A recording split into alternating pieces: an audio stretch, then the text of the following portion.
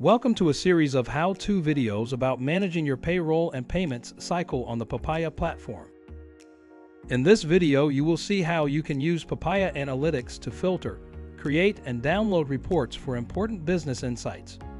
Papaya Analytics turns your workforce data into clear insights into your spending so you can make informed decisions.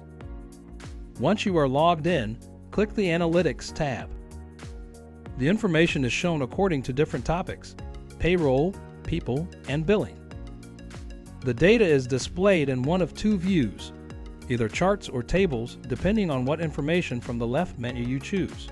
This page, for example, is displayed in charts.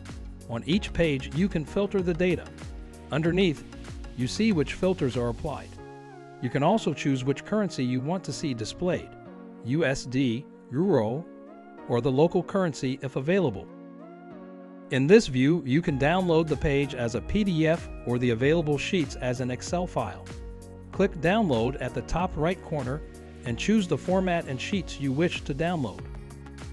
Let's switch to a page with the table view. In the table view, you can view the information by project or by worker. You can create a custom view by aggregating the columns.